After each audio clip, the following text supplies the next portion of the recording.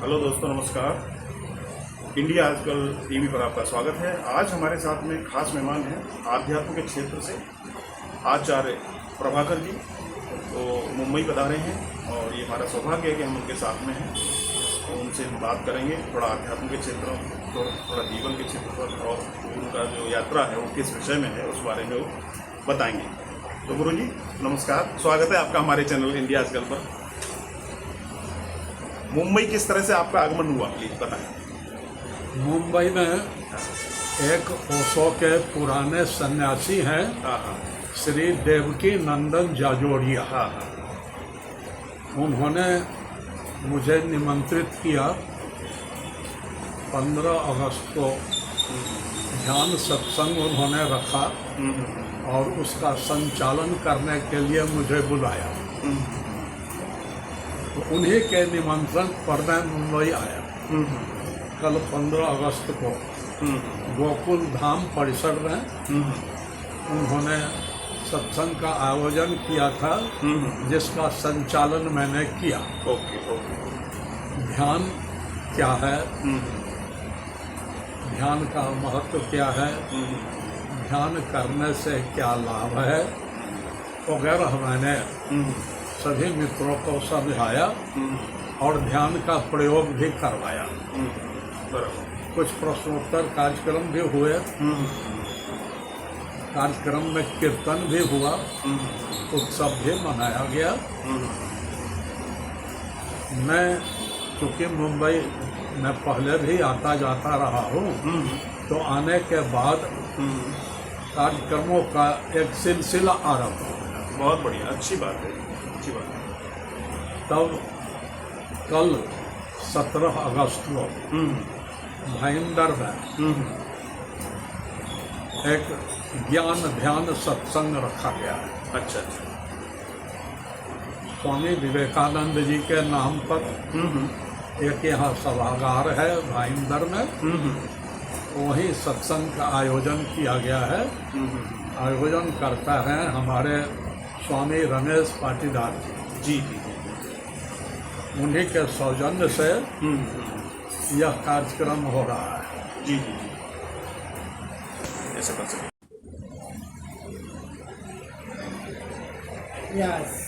आप हैं पाटीदार साहब। पाटीदार। तो इस सत्संग का विषय ज्ञान ध्यान सत्संग शीर्षक रखा गया। आज रात में भगवान कृष्ण का जन्म मुहूर्त है। हाँ, बिल्कुल। उत्सव मना रहे हैं। बिल्कुल। कल जन्मोत्सव आरंभ होगा। हाँ। जन्म के बाद का उत्सव शुभ दिन है। तो इसलिए गीता के ज्ञान पर मैं चर्चा करूँगा। अच्छा। ये भगवान कृष्ण का क्या संदेश है और श्रीमद् भगवत गीता का क्या महत्व है, जिसका अनुवाद संसार के सबसे अधिक देशों में हुआ है। संसार में सबसे अधिक भाषाओं में हुआ है। और भगवत गीता पर भी हमारे परम गुरु ओशो विस्तार पूर्वक व्याख्या कर चुके हैं, भाष्य कर चुके हैं। मुंबई के क्रॉस मैदान में ही महीनों तक उन्होंने श्रीमद् भगवत गीता की व्याख्या की थी। तो उसका सार संक्षेप मैं कल सत्संग में प्रस्तुत करूँगा। ये भगवान कृष्ण का उपदेश क्या है और क्यों आज भी सार्थक है और क्यों सारे संसार के लिए सार्थक है।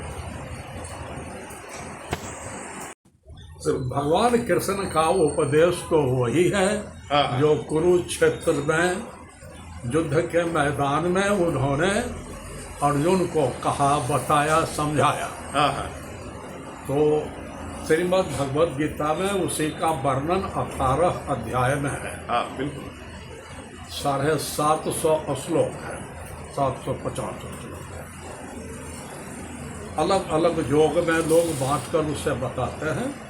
मैं समेकित रूप में उसे 3 भागों में बांटकर बताऊंगा, जिससे सुनने में समझने में आसान हो जाए और हम सच्चिदानंद की अनुभूति कैसे कर सकते हैं और मुक्ति कैसे प्राप्त कर सकते हैं, इसके 3 मार्ग उन्होंने बताए हैं, कर्म योग, ज्ञान योग और भक्ति योग।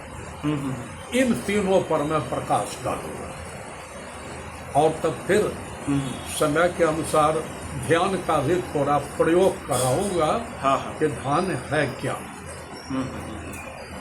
प्रैक्टिकल प्रयोग। बिल्कुल। फिर प्रश्नों के भी उत्तर दूंगा। लेकिन यहाँ आने के बाद जैसा आप पूछ रहे हैं कि व्यस्तता क्या है, सिलसिला जारी हो गया। तो फिर 18 तारीख की शाम में और 19 तारीख की सुबह में उल्लासनगर वालों ने सत्संग रख दिया। अच्छा। और 18 की शाम में उल्लासनगर में सत्संग है, गुरुद्वारा में। वहाँ उन्होंने विषय रखा है कि ओशो की जीवन दृष्टि क्या है। ओके। तो उस पर मैं प्रवचन दूंगा, समझाऊंगा। ओशो की जीवन दृष्टि एक टॉपिक बड़ा विशाल है। ओशो की जीवन दृष्टि क्या है, तो ये वहाँ समझाना है, बताना है। फिर कल हो करके उन्होंने 19 के सुबह में रखा है। तो सुबह में ध्यान का प्रयोग करवाना, फिर ध्यान की कुछ चर्चा, क्योंकि ध्यान आज के युग में महत्वपूर्ण विषय भी है, वैज्ञानिक विधि भी है, उसके बहुत सारे लाभ भी हैं। तो इसलिए दूसरे दिन भी उसकी चर्चा होगी। उसके बाद में फिर आगे जाऊंगा। आगे ध्यान से संबंधित ही सत्संग पुणे में है। अच्छा, पूना में भी? पुणे में 21 तारीख को। क्या बात है। हाँ, पूरा पैकेज बना कर आए। पुणे में है। तो और उसके बाद 23 और 24 को सांगली जिला में, देवराष्ट्र में है और पलुस में है। वहाँ अलग अलग विषय है सब। हाँ। तब वहाँ से मैं 25 तारीख को लौट जाऊँगा बिहार। तो एक जन जागरण जैसा सिलसिला है। और ओशो फ्रेग्रेंस के कार्यक्रमों का प्रचार प्रसार है। आम लोगों को जुड़ने के लिए प्रेरित करना है। पुराने सन्यासियों को सक्रिय करना है। बिल्कुल। तो एक जन जागरण अभियान जैसा है जो करने के लिए मैं आया हूँ। आगे आपका प्रश्न है कि मन, मस्तिष्क और इच्छा। मन, मस्तिष्क और इच्छा, इसका जिंदगी में क्या प्रभाव है, उस पर जरा बताइए। तो आम तौर पर या थोड़ा बृहत में ही समझ लें। ये गुरु जी, हमारा प्रश्न है मन, मस्तिष्क और इच्छा को लेकर के। मन सामान्य शब्द है, जिसे अंग्रेजी में माइंड कहते हैं। मस्तिष्क हिंदी का शब्द है, जिसे आम भाषा में दिमाग कहते हैं। और इच्छा तो जो डिजायर्स है, उसको इच्छा। तो यह जब सृष्टि का निर्माण होता है तो वह चेतन और जड़ के मिलन से होता है। चेतन को पुरुष कहते हैं, जड़ को प्रकृति कहते हैं। ओके। तो पुरुष और प्रकृति के मिलन से सृष्टि पैदा होती है। तो उस मिलन में पहला तत्व है महत। महत तत्व पैदा होता है। उसी महत के 4 चरण हैं, 4 एस्पेक्ट हैं। मन, बुद्धि, चित्त और अहंकार। वो चेतना से, चेतन से, आत्मा से ट्रांसफर होकर प्रकृति में, शरीर में बुद्धि आ गई। सामूहिक बुद्धि को मन कहते हैं। अच्छा अच्छा। और चित्त कहते हैं जो मन विभिन्न विषयों पर विचार करता रहता है, भटकते रहता है, इधर उधर की बातें करता रहता है। बुद्धि का काम है विवेचन करके निर्णय लेना। ओके। जिससे आप इंटेलिजेंस का, माइंड से अलग इंटेलिजेंस। हाँ हाँ। तो मन से अलग वो बुद्धि है जो निर्णय लेती है, और चित्त है जो सबों को समेट कर भटकते हुए मन में जितनी बातें हैं सब आ जाती हैं। तब आप इसमें इच्छा की बात पूछ रहे हैं। ये चार जो महत्वपूर्ण हैं, इन्हीं चारों के संयुक्त स्वरूप को आप अंतरात्मा कहते हैं। अच्छा। अंतःकरण कहते हैं, अंग्रेजी में कंसाइंस कहते हैं। चेतना, यही चारों का वो संयुक्त जैसे कंसाइंस कहते हैं। मन, बुद्धि, चित्त और अहंकार चारों का वो कंबाइंड है। ओके। कम्बिनेट है। तब आप कहते हैं इच्छा। तो ये मन जो है, ये मन की नेचुरल 5 वृत्तियां हैं। इंस्टिंक्ट। इसमें 5 इंस्टिंक्ट हैं। प्रमाण, विपर्य, विकल्प, स्मृति और निद्रा। ओके। तो इन्हीं 5 से इच्छाएं पैदा होती है। प्रमाण कहते हैं ज्ञान को, सूचना ग्रहण करना। तो जब आप सूचना ग्रहण करने लगे तो स्वाभाविक है कि इच्छा प्रकट हो गई। आप सूचना ग्रहण करने के लिए वर्षा ऋतु में मीरा रोड से मेरे पास आ गए।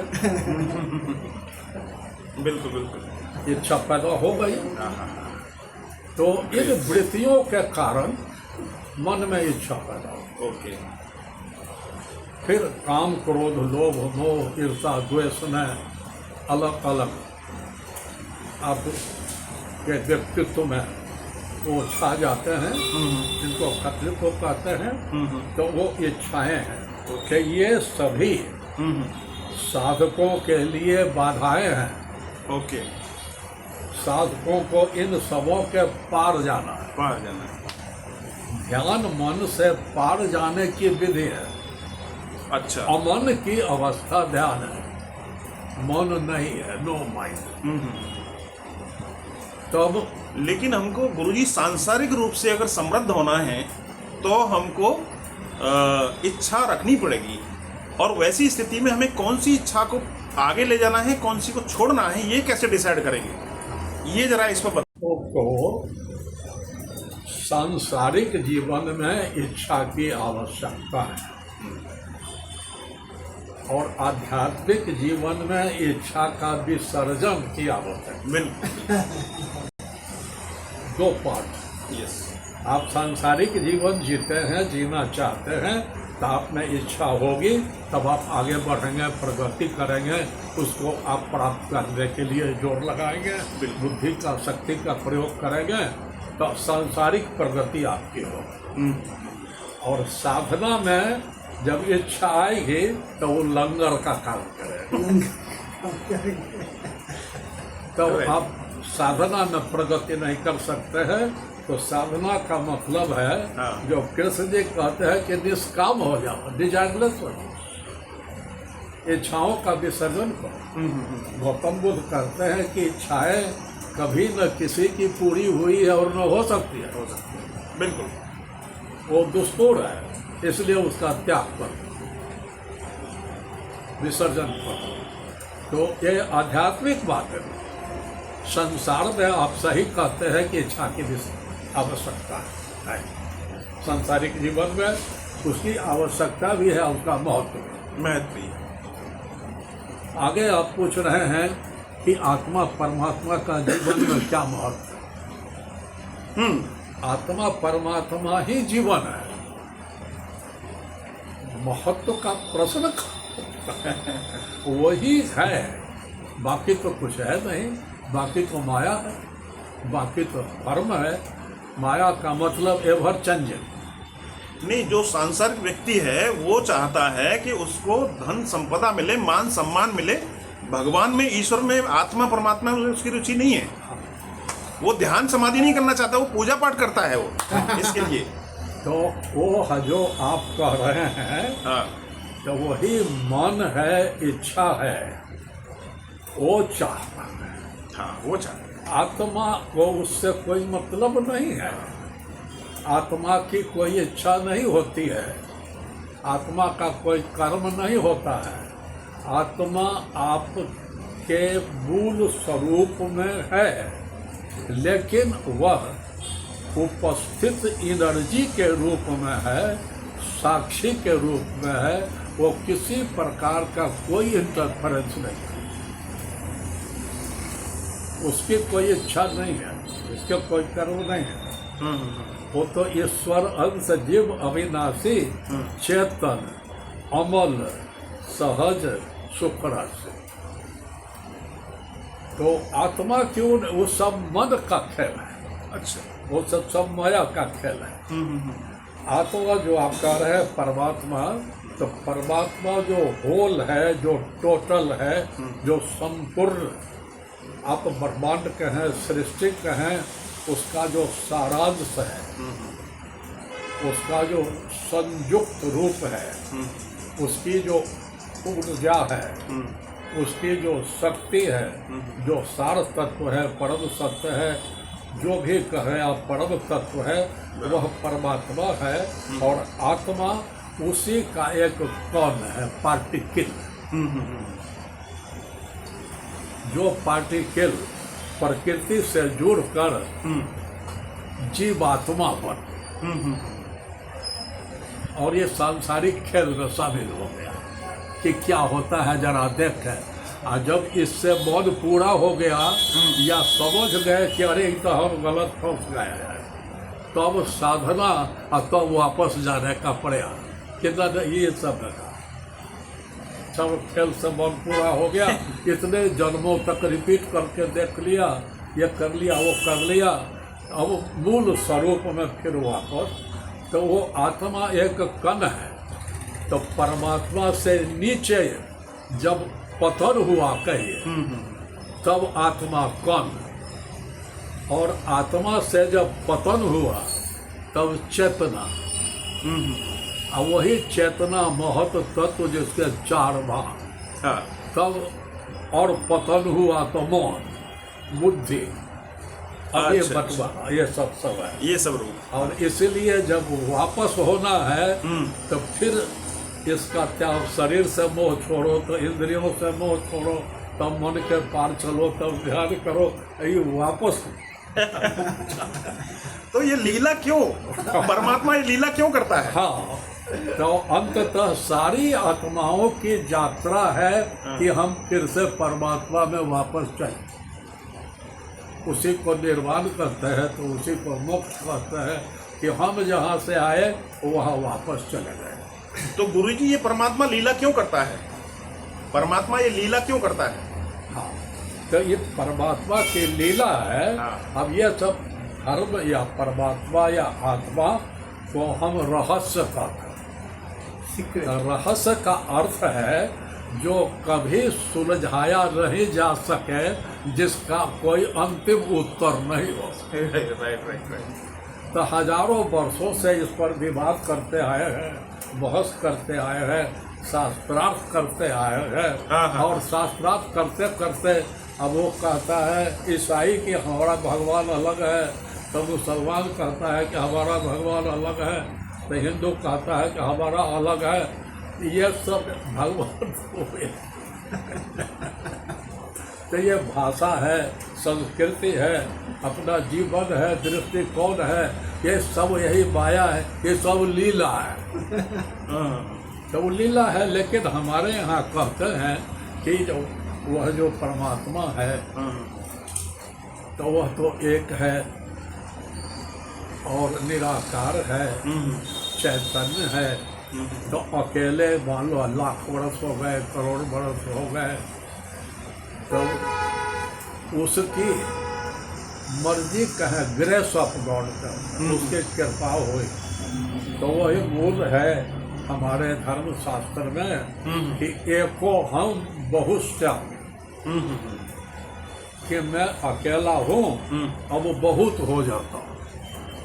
अच्छा अच्छा। तो वही आत्माएं हो गई, बिखरेगा कौन बिखर गया।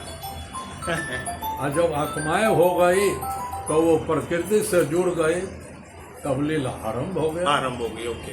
अब ये लीला आरंभ है, और अब ये लीला आरंभ है। अब ये लीला में जो मस्त है, जो कहते हैं हमको सांसारिक प्रकृति के हाथे से करो, लेकिन जो संसार में सब कुछ पा लिया, संसार में कुछ भी शेष नहीं है पाने को, तब भी उसकी यात्रा खत्म नहीं है। उसको खालीपन महसूस होता है, जो कुछ है जो हमको नहीं मिला, उसी को हमारे यहाँ आनंद कहते हैं। अच्छा। परमात्मा कहते हैं कि नहीं, वो तो असली तो नहीं मिला, इसलिए हमारे यहाँ के राजा महाराजा राजकुमार सब राजपाट त्याग करके और तब परमात्मा की खोज में निकल गए कि वो असली वहाँ, जहाँ से आए वहाँ वापस जाना है, जो हम हैं वहाँ वापस जाना है। बराबर। हाँ, तो वो जब यहाँ का खेल खत्म हुआ तो पहले तो खेल खेलते हैं, तो खेल में हार जीत होती है, सुख दुख होता है। अब खेल में संघर्ष होता है, तो धक्का लग गया, गिर गए, चोट लग गई, पैर टूट गया, कपार टूट गया, अनेक प्रकार की घटनाएं हुई। हम खेल में मस्त हैं कि साहब खेल नहीं छोड़ेंगे, अभी फिर जो है हम तैयार हो करके तो पंत जी के जैसे विकेट कीपिंग और बैटिंग हम मानने वाले नहीं। तो अभी खेल में चलो, जब तक तुमको संतोष नहीं है खेलो, कोई ऑब्स्ट्रक्शन नहीं है, जब परमात्मा मना कर रहा है ना तो उसका कोई मतलब। अच्छा गुरुजी, अगला मेरा प्रश्न है। हाँ। सभी धर्मों में कहा गया है कि दरअसल सभी धर्मों की जो मैसेज है वो सेम है, शांति, शांति, प्रगति, और बहुत सारे जो मैसेज हैं सेम है लगभग सभी धर्मों के। लेकिन एक धर्म है जिसको बोलते हैं नास्तिक, जो भगवान को नहीं मानता है। तो जो भगवान को नहीं मानता है वो कितना आस्तिक है, और जो मानता है वो कितना नास्तिक है। और दूसरा, अगर किसी को परमात्मा का अनुभव होता है, आत्मा का अनुभव होता है, तो उसके क्या आइडेंटिफिकेशन है, मतलब हाउ टू आइडेंटिफाई कि अगर किसी को परमात्मा का अनुभव हुआ है, आत्मा का अनुभव हुआ है, तो उसके क्या संकेत हैं, क्या कैसे पहचाने हम कि परमात्मा का अनुभव है। वो महत्वपूर्ण है आपका प्रश्न। हाँ, पहला महत्वपूर्ण नहीं है, ओके। क्योंकि आस्तिक नास्तिक ये तो मन का परिवर्तन होता रहता है। आज जो नास्तिक है कल आस्तिक हो जा सकता है। अच्छा अच्छा, ओके। अच्छा, उसको अगर कोई ठेस लग गई तो वो नास्तिक हो जा सकता है, अरे छोड़ो ये तो बेकार पूजा कर रहे हैं, तो वो तो परिवर्तनशील मन है। ठीक ठीक। हाँ, उसमें कोई खास सेंस नहीं है। लेकिन यह जो आप पूछ रहे हैं, जो आपका दूसरा खंड है प्रश्न का, हाँ, परमात्मा का आत्मा का अनुभव प्रमाणित कैसे करें? अनुभव हुआ जिसको हम आत्मज्ञानी कहते हैं, आत्मज्ञानी, हाँ, कि उनको आत्मा का अनुभव हुआ। हाँ, ब्रह्मज्ञानी कहते हैं जिसको परमात्मा का अनुभव हुआ, तब उसकी पहचान क्या है। अच्छा। तो ये कठिन भी है और स्पष्ट भी है। अच्छा। हाँ, अब हमारे यहाँ जैसे हम लोग कृष्ण जी के बारे में भगवद गीता में बात कर रहे हैं, कहते हैं कि प्रजहाति कामायां पार्थ मनोगता। पार्थ कहते हैं अर्जुन को कि सुनो अर्जुन, जिसने सभी कामनाओं को प्रवाहित कर दिया, जैसे आप समुद्र में जल सब इच्छाओं को प्रवाहित कर दिया, विसर्जित, इच्छा विसर्जन, सारी इच्छाओं को प्रवाहित कर, बिल्कुल बिल्कुल, इच्छाओं से मुक्त हो गया। ओके, सर्वांग सभी प्रकार के इच्छाओं से पार्थ मनोगता, वो मन के पार चला। ओके, जब तक मन है तब तक संसार, मन ही माया है, जो कबीरदास बराबर बराबर, मनी माया, तो कहते हैं कि जब वो निष्काम हो गया तो वो मन के पार चला गया। और जब मन के पार चला गया तब जो आप पहचान करते हैं तो कहते हैं कि आत्मन्येव आत्मन तुष्ट, वह अपने आप में संतुष्ट, उसको कुछ नहीं चाहिए। ओके, चाह मिटी चिंता मिटी, मनमा बेपरवाह, जिसको कुछ नहीं चाहिए वो ही साहंशाह, जो कबीरदास देता है। गुड गुड गुड, हाँ, कि आत्मनम आत्मन तुष्ट। ओके, हाँ, तो ये वो परिभाषा देता है कि अस्तित्व प्रज्ञ तत्व उच्चत है, ये उसी को अस्तित्व प्रज्ञ कहते हैं, अर्थात आत्मज्ञानी कहते हैं। ये कृष्ण जी का मतलब, रामचंद्र जी क्या कहते हैं कि तात कहिए सो सद बैरागी, तृण सम सिद्धि तीन गुण त्यागी। कहते हैं कि बैरागी आत्मज्ञानी कौन है, असली सच्चा, तो जिसने तृण सम सिद्धि, सारी रिद्धियों को सिद्धियों को, जो अचीवमेंट्स कहते हैं आप, शक्तियाँ कहते हैं, सब उन सबों का त्याग कर दिया और तीन गुण त्याग, तीन गुणों का त्याग कर दिया। वो तीन गुण क्या है? तो प्रकृति के माया के तीन गुण, सतोगुण, रजोगुण, तमोगुण। सतोगुण अर्थात सत्व पुण्य कार्य करता, रजोगुण इच्छाओं की पूर्ति के लिए कर्म करता, और तमोगुण अज्ञानी का कर्म करता। ओके, तो इन सभी गुणों का उसने त्याग कर, पुण्य कर्म का भी त्याग कर दिया। अच्छा, पाप पुण्य तो दोनों का, हाँ, सबका त्याग कर दिया। ओके, वो आत्मज्ञान, तब वो आत्मा पर चला, वो वहाँ पहुँच गया। अब और नीचे आइए, संत कबीरदास जी के बारे में बताते हैं, कहीं कुछ लेना न देना मगन रहना, हो गई परिभाषा। लेना, लेने का मतलब इच्छा है, हमको ये चाहिए, हमको ये चाहिए, हमको ये चाहिए, हमको कुछ नहीं लेना है, बदला भी नहीं लेना किसी, कुछ लेना हमको नहीं है। गुरुजी, और यहाँ पर मैं आपको टोकूंगा, क्षमा चाहूँगा। दरअसल जैसे कि मैंने आपसे कहा कि आत्मा क्या होती है ये प्रमाणित कीजिए, तो आपने मुझे कई एग्जाम्पल दिए जिनसे आप आत्मा को प्रमाणित कर रहे हैं, राइट।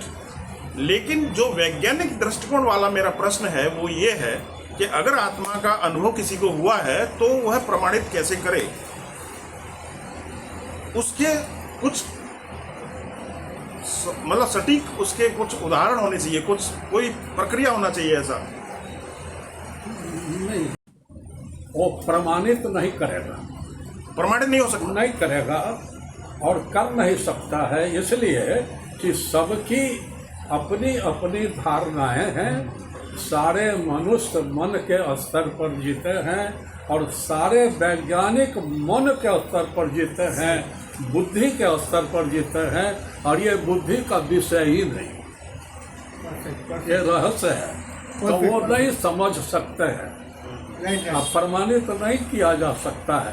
वो इसलिए गौतम बुद्ध के पास कोई जाता था ये पूछने के लिए, तो कहते थे कि उत्तर चाहिए ना, कहाँ चाहिए, कहा कि तो 30 दिन तुमको रुकना पड़ेगा, तुम 30 दिन मेरे आश्रम में रहो, 30 दिन तुम ध्यान करो, और तब 31वां दिन तुम्हारे प्रश्न का मैं उत्तर दूंगा। तो 30 दिन उसको ध्यान कराते थे, 31वां दिन उठाते थे, तो ये कहा गया जहाँ क्या पूछ रहे थे, कहा कि क्षमा करिए, सवाल ही गिर गया, उत्तर मिल गया, उत्तर मिल गया। ओके, तो भाषा से समझा करके उत्तर नहीं दिया जा सकता है, आचरण से उत्तर दे सकते हैं। जो कहते हैं ना, वो जो दरियादास जी कहते हैं कि मन बुद्धि चित्त पहुँचे नहीं, मन वहाँ नहीं पहुँच सकता है, बुद्धि नहीं पहुँच सकती है, चित्त नहीं पहुँच सकता है। शब्द सके न जाए, दरिया धन वो साधवा कहाँ रहे लौलाए। वो कहते हैं कि दरिया लक्षण साधु का, क्या गिर ही क्या भेष। मैंने वो घर में रहता है कि घर का त्याग कर दिया, वो सबसे कोई फर्क नहीं पड़ता है कि क्या पहनता है, क्या होता है, क्या। निर्वैरी निर्भय रहे बाहर भीतर एक, जिसमें पाखंड नहीं है, जो बाहर है वही भीतर है, जो भीतर है वही बाहर, कोई दिखावा नहीं है, कोई प्रदर्शन नहीं। अच्छा गुरुजी, अब मेरे मन में एक सवाल आ रहा है, बल्कि दो आ रहे हैं, ये दोनों एक साथ पूछ लेता हूँ। एक तो ये है कि जो लक्षण आपने आत्मज्ञानी के बताए, वो कोई भी व्यक्ति जिसको आत्मज्ञान नहीं हुआ हो, वो ऐसे लक्षण प्रकट करके ये साबित कर सकता है या पेश कर सकता है कि मुझे आत्मज्ञान हुआ है, नंबर एक। नंबर दो, दूसरी एक बहस चलती है कि परमात्मा है या नहीं है, साबित करो। लोग बैट लगाते हैं, मैंने देखा है, और उसमें बैट में फंस जाते हैं, जान माल का भी नुकसान होता है, मैंने देखा कई घटनाएं ऐसी हुई हैं। तो परमात्मा है या नहीं है, ये दोनों को प्रमाणित किया जा सकता है क्या? मैं आपको इसकी घटना बताता हूँ। आपने नाम अवश्य सुना होगा सुकरात का। हाँ, सुकरात, जिसको अंग्रेजी में सोक्रेटिस्ट, यूनान के प्रसिद्ध यस ज्ञानी या जो का। हाँ, उनको मार दिया गया, हाथी से कुचलवा के मारा गया उसको। और वहाँ के सबसे बड़े बुद्धिमान, तो उन्होंने सारे पंडितों को चैलेंज किया कि मैं कहता हूँ कि परमात्मा नहीं है, तुम साबित करो। तो देश के सारे पंडितों को हरा दिया और कोई नहीं साबित कर सका कि परमात्मा है। सबको शास्त्रार्थ में हरा दिया। उसके बाद तब उसने लीला का दूसरा भाग, एक पेज हो गया, दूसरा पेज, कहा कि देखो अब मैं कहता हूँ कि परमात्मा ही है, अच्छा, और कुछ है ही नहीं। अब तू तो सब सुन चुका, अब तू बताओ कि परमात्मा नहीं है। Very good, very good. इस पर शास्त्रार्थ हुआ और उन्होंने सबको हरा दिया और साबित कर दिया कि परमात्मा ही है और तो कुछ है ही नहीं। ये आज भी झगड़ा चल रहा है। बहाना तो अलग बनाया गया, यही मुख्य कारण था उनको प्राण दंड देने। हाँ, इसने सारे देश को हमारे धर्म की बेइज्जती से नहीं, बराबर, एक पाठ तक ठीक, ये दोनों पाठ के लिए बर्दाश्त नहीं हुआ, बर्दाश्त नहीं। तो परिणाम हुआ कि उनको मार दिया गया। तो ये कहानी रहस्य है, ये हमेशा लंबित रहेगा। जापान में एक खिलौना होता है, उसको दारू माँ कहते हैं। अच्छा, तो वो खिलौना यही है, बच्चों को देते हैं तो खिलौना को जैसे करना है, जो करना है, और कितना भी किसी एंगल से, कितनी शक्ति से, कैसे आप उसको पटक दें तो वो गिरेगा नहीं, वो फोड़ेगा। अच्छा, हाँ, मिलता है। तो ये प्रश्न आदि काल से खड़ा है और भविष्य में भी खड़ा। बच्चों के जो कार्टून है वो भी तो सब इसी पर बेस है। बच्चों के जो कार्टून है, सिंह चैन और क्या क्या, बिल्ली और इसका चूहे वाला जो खेल है, परफेक्ट। तो गुरुजी अब आखिर में बढ़ते हैं अभी, क्योंकि आधा घंटा हो गया है, तो हम थोड़ा आखिर में बढ़ते हैं, आगे चलते हैं। आगे हम ये चल के ये पूछना चाहते हैं आपसे कि जीवन में जैसा कि ओशो ने कहा, सेक्स का बहुत बड़ा महत्व है। मतलब ओशो ने कहा कि सेक्स जीवन की धुरी है और समाधि फूल है। मतलब उन्होंने पेश किया सेक्स और समाधि, सेक्स से समाधि की ओर। लोगों ने सेक्स तो पकड़ लिया, समाधि को भूल गए।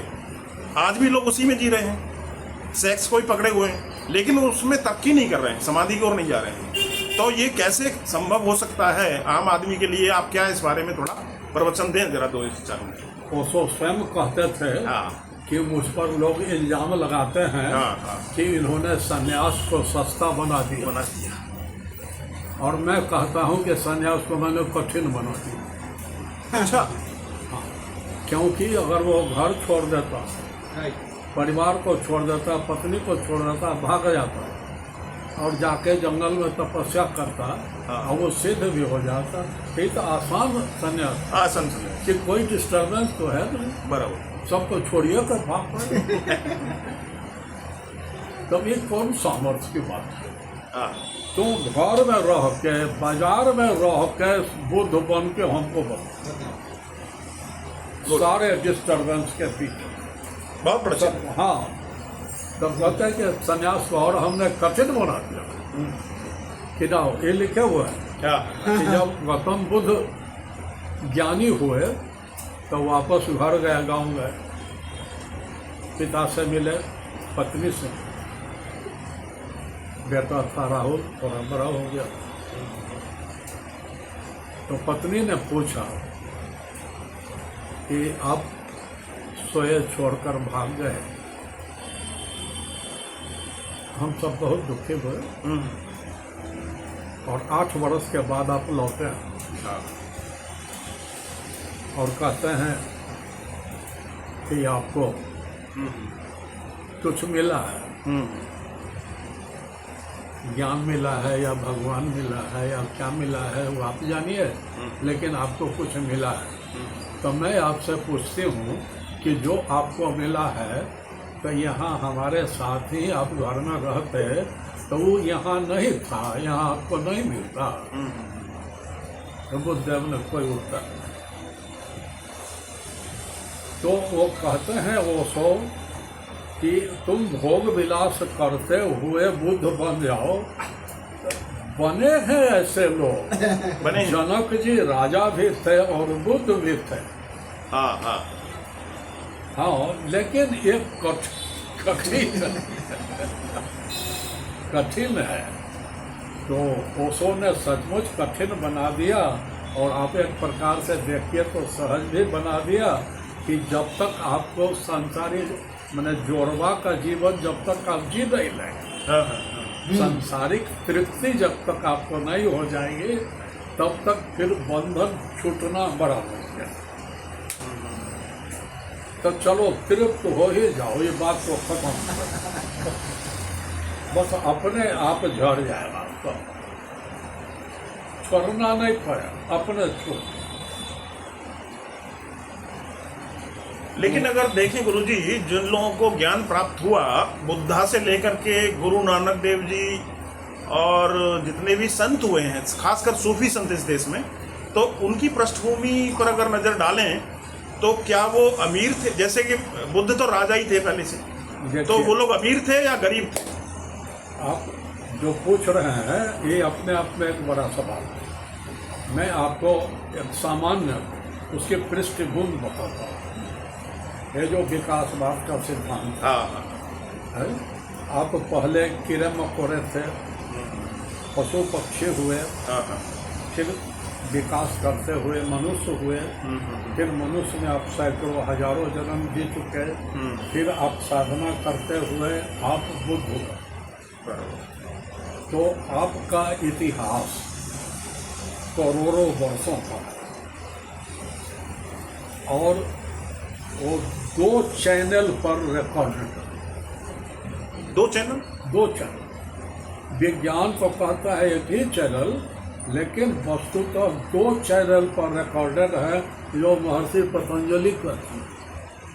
और आज के युग में साधु गुरु जो कहलाते हैं जग्गी वासुदेव जी, वो एक फलन करते अच्छा अच्छा, हैं। तो आपके इस शरीर में आपका वो लाखों करोड़ों वर्ष का रिकॉर्ड है। DNA. आप मछली थे या कीड़ा थे या सांप थे या जानवर थे या पक्षी थे या और मनुष्य हुए, और कितनी बार मनुष्य हुए, वो सब आपके शरीर में रिकॉर्डेड है। डीएनए। और विज्ञान सहमत है दूसरे बिंदु से कि वो सभी आपके मौन में रिकॉर्डेड है,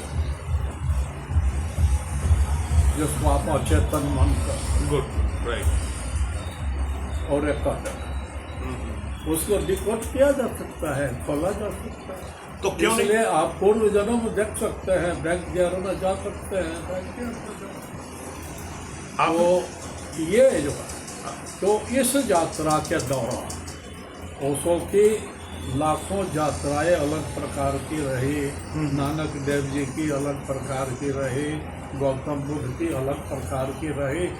एंड आप सोचिएगा कि एक जैसे हो जाए, कभी नहीं हो सकती, सही बात। इसलिए कोई ऋषि, कोई सिद्ध पुरुष, कोई आत्मज्ञानी एक दूसरे जैसा नहीं हुआ, हो भी नहीं सकता। वो जो होगा वो अपने होगा। लेकिन फिर भी एनलाइटनमेंट के कुछ तो लक्षण होते हैं ना जो समान होते हैं। एनलाइटनमेंट के कुछ तो लक्षण होते हैं ना जो समान होते हैं। हाँ,